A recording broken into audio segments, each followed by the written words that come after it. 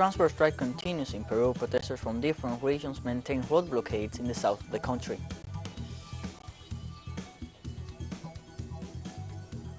The United Nations General Assembly voted in favor of the resolution on the suspension of the rights of membership of the Russian Federation in the Human Rigths Council.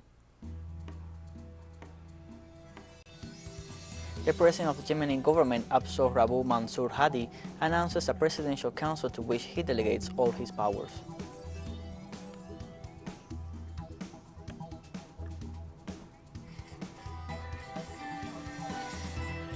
Hello, welcome to From the South. I'm Luis Alberto Matos from the teleSUR studios in Havana, Cuba. We begin with the transport strike continues in Peru. Protesters from different regions maintain road blockades in the south of the country.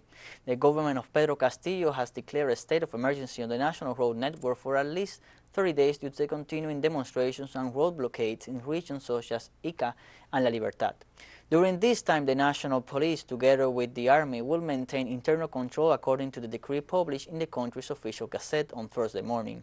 The transport workers' strike has intensified and there have been incidents between demonstrators and police and security elements in the last few days. The Minister of Justice, Felix Chero, assured that there are infiltrated groups in the recent demonstrations.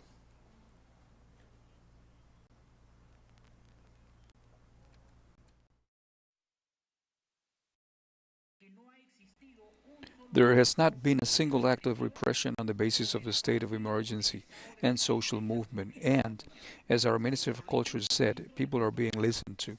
Their demands are being met, but by means of a peaceful protest, and unfortunately yesterday, after 4 p.m., that protest did not achieve its objective, and that is why I believe that the Ministry of the Interior and the Ministry of Defense are going to have to redouble their intelligence and intelligence reports, because we cannot close our eyes to the reality that there are infiltrated groups that are trying to destabilize the country. This was the night the last attempt by the defense of former Honduran President Juan Orlando Hernández to prevent his extradition to the United States failed. The Constitutional Chamber of the Supreme Court of Justice rejected the protection guarantee presented by his lawyers. The legal action filed on March 29th attempted to halt the trial, alleging the violation of the former president's human rights. However, the magistrates of the Constitutional Chamber unanimously decided to veto the appeal. The defense of former President Hernández denies all the charges against him and assures that the accusations are part of a vendetta against him. The court's resolution, however, is categorical. The court spokesman Melvin Duarte communicated part of the resolution to the media, affirming that the defense only presented arguments related to legality.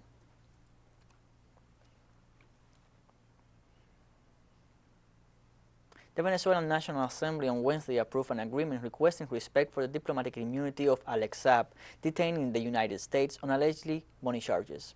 Jorge Rodriguez, president of the parliament, recalled that Saab is a special envoy of the Venezuelan state, dedicated to facilitating the acquisition of food, medical supplies, and other important goods for the country. In the face of the illegitimate blockade imposed by Washington against Venezuela, Rodriguez insisted on the irregularity of his detention during a stopover in Cabo Verde in mid-2020 and his subsequent extradition to the United States. Lawyer David Rivkin, in charge of defending Alex Saab in the United States, presented oral arguments on the diplomatic immunity of his client before a court of appeals in the country on Wednesday. Therefore, we have decided to create a commission where our fellow congressman Pedro Infante, Congresswoman Carola Chavez, and Congresswoman Ilenia Medina will be present to take this agreement to the wife of the diplomat Alex Saab, Mrs. Camila Fabric de Saab, and the sons and daughters of Alex Saab, Shadinain Saab, certain, and Eshan Air Saab, certain. And with this agreement, our solidarity and companionship embrace.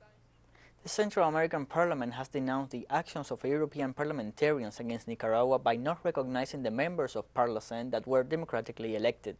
Daniel Ortega Reyes, president of Parlacen, said European parliamentarians tried to impose their decisions on use unfounded accusations to prevent the participation of Nicaragua in the Parliamentary Assembly, which will take place in Argentina. Ortega recalled that Parlacen is a key player in regional integration. The Nicaraguan head of state confirmed he held talks with his Latin American and Caribbean colleagues to call for unity and solidarity with his country's representatives before the regional organization. Accompanied by several Nicaraguan deputies, President Ortega reiterated his determination to consolidate a common front.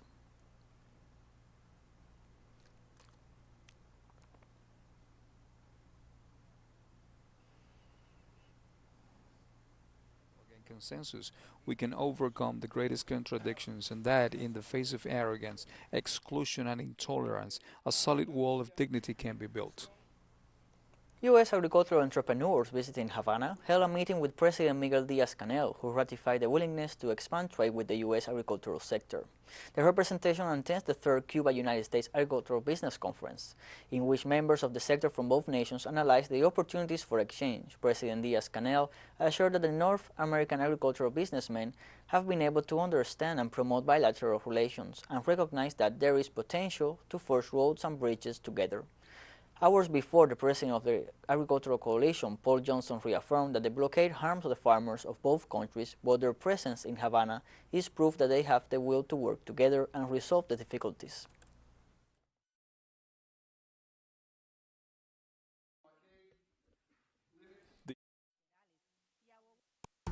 Significantly, we can no longer export to Cuba, but we should be able to work with Cuban producers to increase local production. We are taking a short break now. Join us again after this.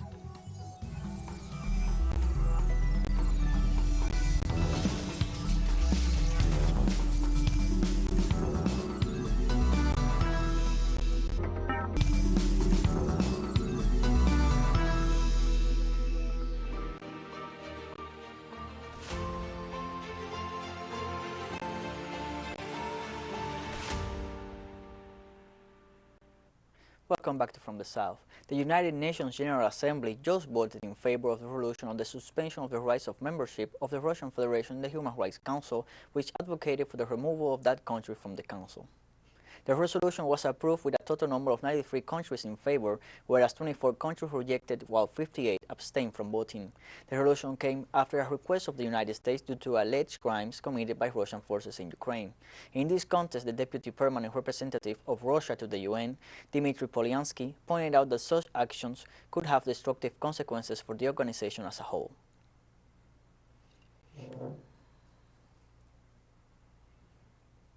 Speaking before the United Nations General Assembly about the ongoing conflict between Russia and Ukraine, Russia's Deputy Permanent Representative before the international organization emphasized the resolution has no relation with the actual human rights situation on the ground.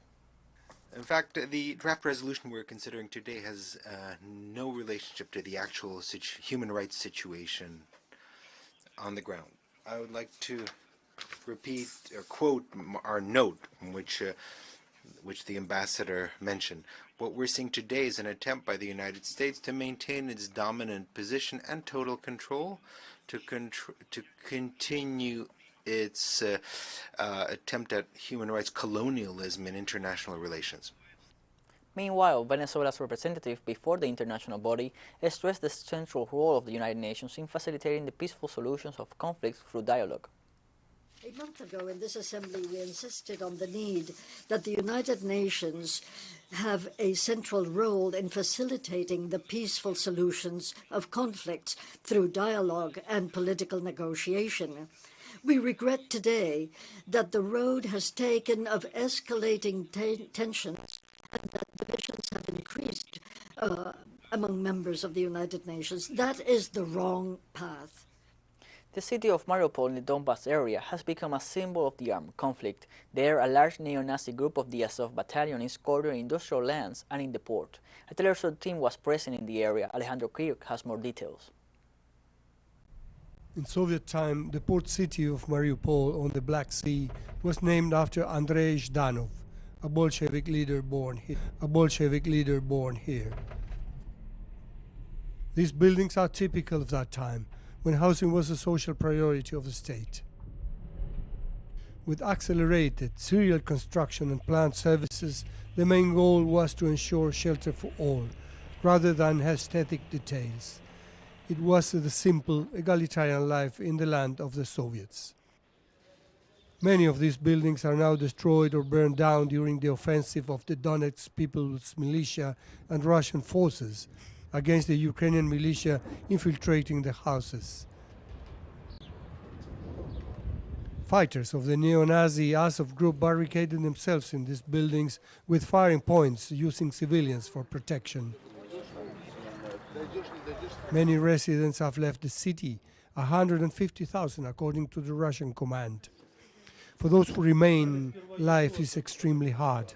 The violence has driven them into the cellars, with the guns roaring day and night. Svetlana's baby sleeps peacefully in the darkness, oblivious to everything that is happening around him. His mother takes care of him. Around February 24, the lights went out and the gas was cut off. This we did not expect. We didn't realize what it was that had blown. 2 shells knocked down a pole, blew up windows, doors, no stores, no money, no ATMs. How do we go on with our lives? We have to evacuate this city. Maybe then it will be rebuilt from these ashes and we will return to our beloved city. A bomb fell in this courtyard on March 10, according to the neighbors. This crater symbolizes fear. For some, it doesn't really matter who is to blame. What counts is this: the destruction of their homes and perhaps their lives. Fortunately, spring is defeating cold, and cooking outdoors is less harsh. Who is to blame? It's very difficult because I don't want to talk about all this happened. So how do you see the future, your future here? We have no future.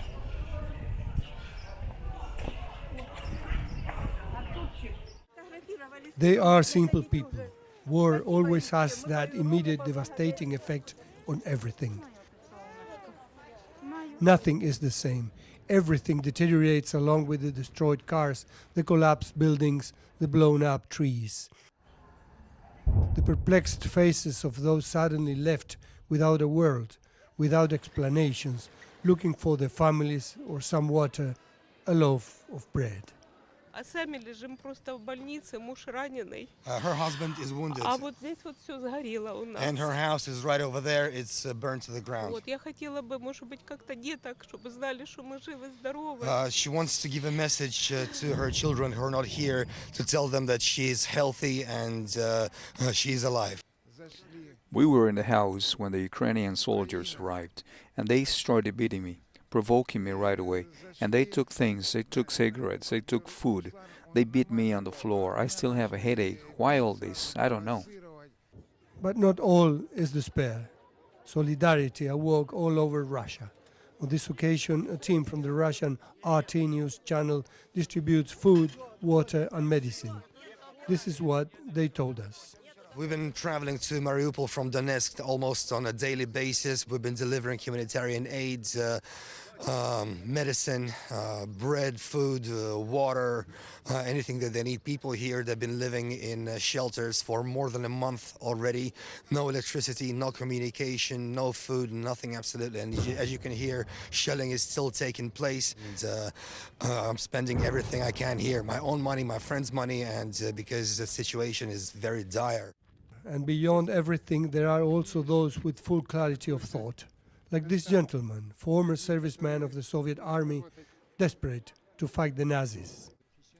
I am a high-caliber mind clearance specialist. If you need my expertise, I'm ready at any time to provide any kind of help, guidance or advice. As of, we would not let people out. No one was allowed to leave here. We were a live target that they were defending themselves with. We knew that Russia was not going to attack that hard, and we felt humiliated. You will see that on our floor we have more than 1,000 people saved. Russia acted professionally in the attacks, otherwise no one would have survived. Constant shelling is the framework of every trip to Mariupol, a symbol city and now a pilgrimage site for reporters. When cannons fall silent, it will be the beginning of a new life. Cristian Inostroza and Alejandro Kirk, teleSUR, Mariupol, Donbass. We have more news coming up after a final short break, so don't go away.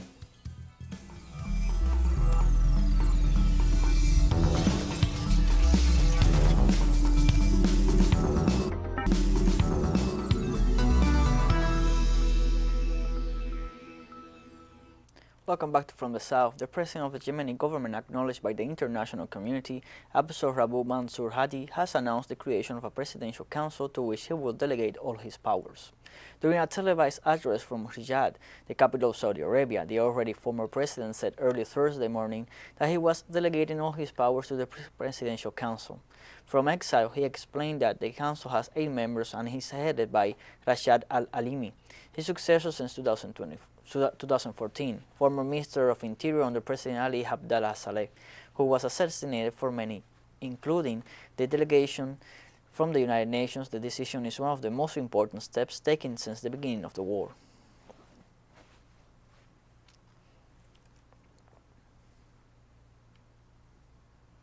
The governor of South Texas, Greg Abbott, threatened the federal government with sending migrants by bus to Washington, D.C., accusing many cities of being overwhelmed by the migratory wave, pointing the finger at President Joe Biden for lifting the health regulations that allowed deportation. The Biden administration, as we speak, with the current numbers, even before the elimination of Title 42, they've been dumping large numbers of migrants in cities up and down the border, leaving the cities to grapple with challenges they don't have the capability of dealing with. They themselves have been putting these migrants on buses to San Antonio. So I said I got a better idea. As opposed to busing these people to San Antonio, let's continue the ride all the way.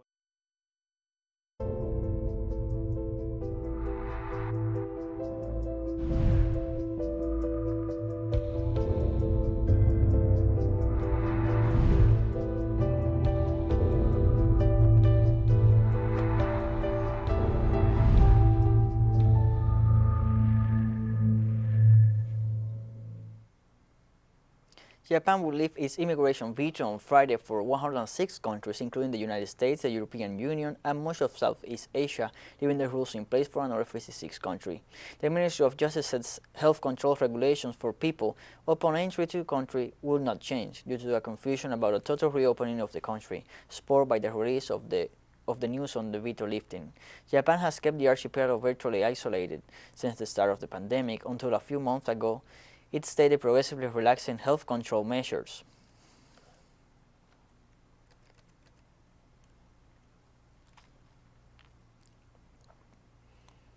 And CARICOM Secretary General Carla Burnett has joined St. Kitts and Nevis in mourning the loss of former Nevis Premier, His Excellency Vance Amory.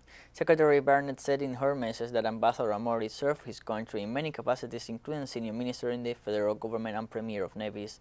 In the wake of his passing, current St. Kitts and Nevis Prime Minister Timothy Harris were also present, the first to pay formal respects, taking to social media to pay a tribute to the late 2-time Premier, who served from 1992 to 2006 and again from 2013 to 2017.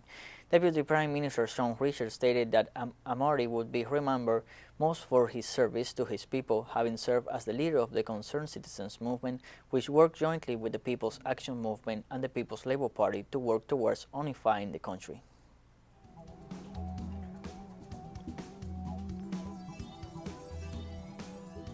And we have come to the end of this news brief. Remember, you can find this and many other stories on our website at telesurenglish.net. You can also join us on social media, Facebook, Twitter, Instagram, and Telegram.